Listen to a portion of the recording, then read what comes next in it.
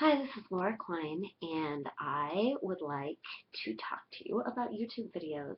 So I'm making this off-the-cuff YouTube video to talk to you about making off-the-cuff YouTube videos. I use them a lot in my online classes, and I'm a really big fan because they're quick, but I think they're also effective at communicating to students because they sort of mimic face-to-face interaction, I think a little better than some other types of video like screen capture or planned lectures using Tegrity or Camtasia or some of those other things.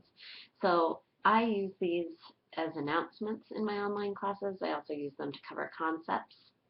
And I'm just going to give you a few quick tips for making them, some of which I'm following and some of which I'm not. So I'm just back in my office and I have not put anything up on the walls yet. I would suggest that your backdrop not look like this because it's pretty bad. And the lighting is also pretty bad in here. Normally I have a lamp in here so I can kind of dim the lights and make it a little bit more pleasant to look at than the bright fluorescent that's going on right now. So those are two tips that I am currently not following, is make sure that you have a decent looking backdrop and make sure that you have good lighting so that the students can see your face, but also that it's not just sort of glaring and looking really industrial and cheap. And you don't have a thing of thumbtacks sitting right here. Okay, so my other tips are I always make a list of the things that I want to cover in the video, and I sort of follow it as a rough outline. Now, since this is on my blog, I am not worrying about writing a transcript.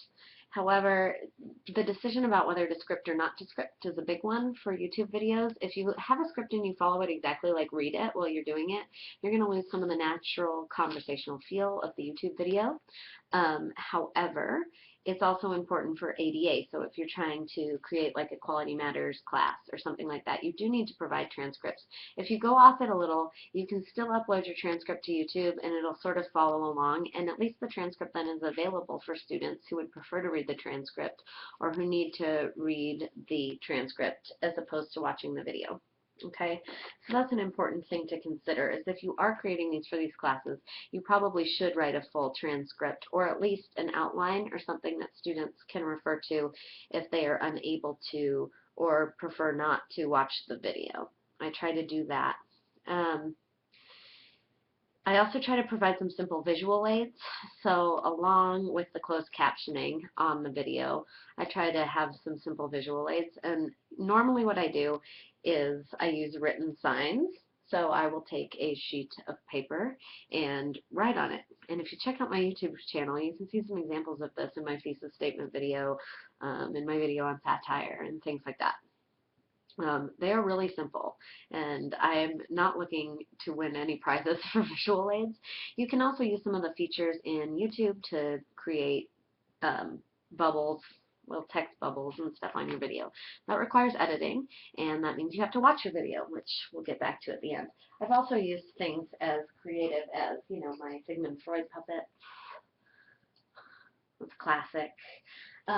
Which leads me well into my next topic, which is that you want these videos to show your personality. Part of the reason that you would make them as opposed to a lecture video is that I think it allows students to see what your personality would be like if you were in the classroom. We're usually not working off a script in the classroom, so sort of the little jokes and things like that that you can make are helpful. And you also want to make sure that they're seeing your face, right? That's another one of the things about the YouTube video, is that they're seeing your face, they're interacting with you sort of in real time.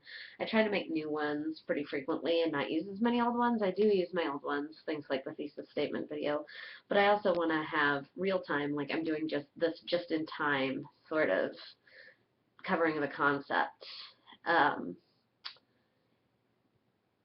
The other thing that you want to do is you want to minimize distractions as you're making the video. I have a sign that I put up on my office door that says, "I'm making a video, please do not disturb, be done in 5 minutes," because I don't want people knocking on the door or coming in. Because with YouTube, I don't like to edit. I just like to make the video and go with it. So I typically will start over if I do get disrupted. You can also turn the ringer off on your phone depending on what you want to do. Like right now, my computer update thing just popped up on my screen, which is probably why you saw me like clicking around weird. I try to avoid stuff like that.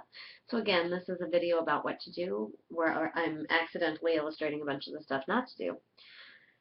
And maybe last, but most importantly for me, is that I think these videos are really awkward to watch myself, so I don't watch them. I think you might feel like you have to watch it. Make sure you didn't say something really stupid. Trust me, you'd remember if you said something really stupid. And if you just said something kind of goofy, then that's just you showing your personality. And I think that's a good thing, and I think that that's one of the reasons to make these videos. So I would just go with it. And editing in YouTube is kind of clunky. You can edit in YouTube, so if you said something that you wish you hadn't said, you can go back and edit it out.